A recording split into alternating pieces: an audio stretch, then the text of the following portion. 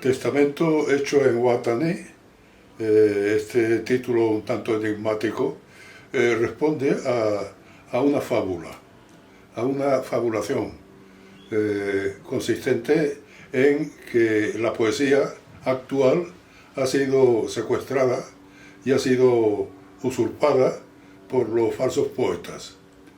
¿Cómo es posible esta situación? Yo ya la sospechaba, pero la encontré definitivamente resuelta cuando un periodista le interroga al poeta Abelardo Linares, además de poeta es editor de Renacimiento en Sevilla, sobre el estado actual de la poesía.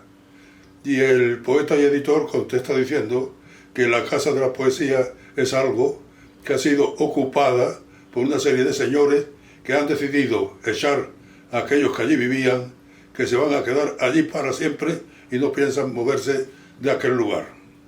Esto ya me convenció un poco de que efectivamente yo no andaba por lo erróneo. También encontré un artículo de mi querido y admiradísimo amigo, el poeta Luis Alberto de Cuenca, que decía que los poetas actuales tienen el prurito de alejarse de los términos coloquiales en el poema, pero intentando llegar a un lenguaje abstracto, un lenguaje que en muchas ocasiones se convierte en algo vacío y en algo inane, en algo que no tiene ninguna justificación, algo total y absolutamente gratuito. Con esto ya tenía el argumento para escribir mi poema y lo plasmé en un poema río, es decir, un largo poema dividido en 21 fragmentos, donde la Casa de la Poesía, efectivamente, la Casa Universal de la Poesía, esa casa que almacena el gran libro universal, el gran libro del orbe, de los poetas del mundo, había sido invadida simbólicamente por lo que yo llamo los poetas del otro lado del río.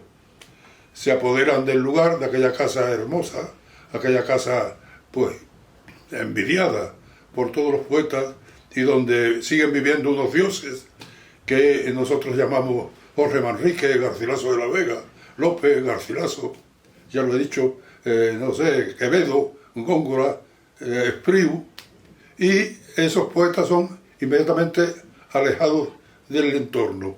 El canon se convierte en algo distinto, los anaqueles son rotos, la poesía destruida y aparece una poesía nueva.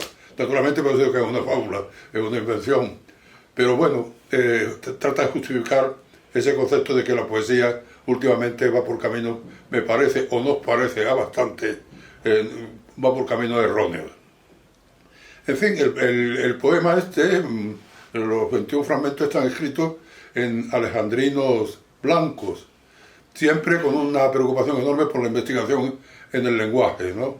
Por practicar eso que algunos hemos llamado una religión del lenguaje. El lenguaje como investigación, como búsqueda de aquellos recursos que puede facilitar y que están ocultos y que tienes que descubrir con trabajo y con cansancio. Y yo seguía ahí la pauta un poco del poeta Caballero Bonal, que decía que aquel que no investiga en el lenguaje, aquel que no tiene la propensión de llegar a las últimas consecuencias, resulta que está creando una literatura carente de literatura. Bien, la historia ya es más difícil de contar porque, y además no me gusta hacerlo, como un novelista no le gusta contar su novela, pero es la exigencia que se le hace a un joven poeta abducido por la poesía a los 13 años, se le hace de que regenere ese mundo caótico actual.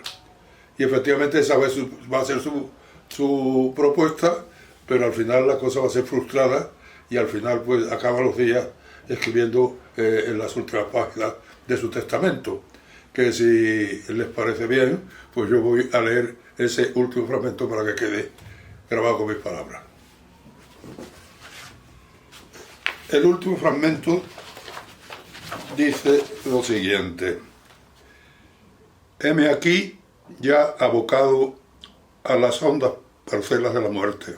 El periplo tan largo de mi vida avista su final. Esa urdimbre tejida por la insidia y los dedos sediciosos del tiempo, espacio el que rodea mi cuerpo con su fuerza y lo conduce cumplido de su sombra al extremo del día.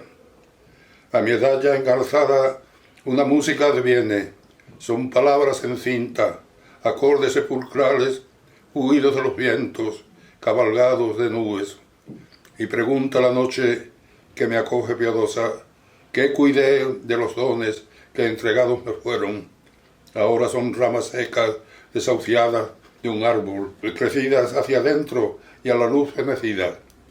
Pero yo no soy ese, sino aquel que yo fuera. Nunca usé de mi tiempo para darme el regalo de encontrar más tesoros que mi propia existencia.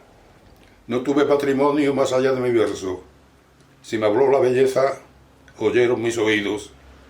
Del aplauso y elogio me ausenté sin deberlo. Di en mi boca cobijo tan solo a la verdad. Nunca pudo mentira de mi voz secuestrarme. Pero tú, diosa bella, beso santo, poesía, conoces los secretos con que nace sin día la flor. Y sabes cómo sopla el viento en la arena con fuerza cual la mano de la lluvia hace un río. Así que tú que oyes que dispuso mi pluma, que tanto encono diera a aquellos que usaban lo imposible del precio de la nube o del aire. Mas qué importa, amor mío, pues feliz siempre he sido. Los años yugulados bajo el cielo de Guataní, un arpón son de oro en mi pecho alojado. Para ti dejo ahora a Juar que te acompañe aún después de mi muerte, lo tanto inexistente que es mi reino invisible. A tu amor hoy entrego esto poco que resta de aquello que ha quedado de mi pluma sin vida. Cuando yo me haya ido, permanece a mi lado. Escóndeme en tu seno, donde dicha no acabe, y en lo eterno del canto vean tus siglos mi rostro.